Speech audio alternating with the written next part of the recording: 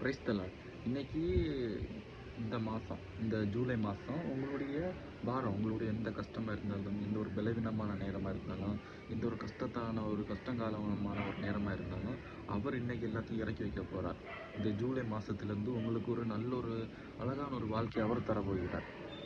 நான் வசனத்தை வாசிக்கிறேன், கேளுங்க. என்ன வசனம்? மத்தேயு 11:28 வசனம். வருத்தப்பட்டு பாரம் சுமக்கிறவர்களே, நீங்கள் எல்லோரும் என்னிடத்தில் வாருங்கள், நான் உங்களுக்கு இளைப்பாறுதலை தருவேன். வருத்தப்பட்டு உங்களுடைய கஷ்டம், உங்களுக்கு ஏதாவது ஒரு கஷ்டம் இருக்கணும். இதுவரைக்கும் இந்த ஜூன் மாதம் வரைக்கும் அந்த கஷ்டம் இருக்கும். இந்த 6 மாதமும் ஏதோ ஒரு கஷ்டம் உங்களை இது பண்ணிகிட்டே இருக்கான். இந்த வீடியோ பார்க்குற எல்லாருக்குமே இந்த மாதத்துல, இந்த ஜூலை மாதத்துலேருந்து உங்களுக்கு ஒரு விடுதலை அமைஞ்சு கர்த்தரே உங்களுக்கு ஒரு விடுதலை தர போகிறார். உங்களுக்கு எந்த ஒரு கஷ்டமாக இருந்தாலும் அவர் மாற்றுவார்.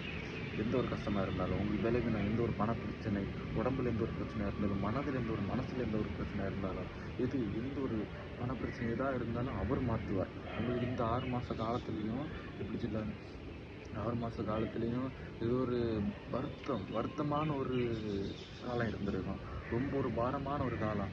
ஐயோ, என்ன செய்ய போகிறேன் நான், என் வாழ்க்கையில் நான் என்ன செய்வேன், இந்த வருஷம் நான் என்ன செய்ய போகிறேன் அப்படின்னு உங்கள் வாழ்க்கையில் இருந்திருக்கும். ஆனால் கர்த்தர் என்ன சொல்கிறார்? வருத்தப்பட்டு பாரம் சுமக்கிற என்னிடத்தில் வாருங்கள், நான் உங்களுக்கு இளைப்பாறுதலை தருகிறேன். வருத்தப்பட்டு பாரம் சுமக்கிறோமா, கர்த்தர் இடத்துல போங்க.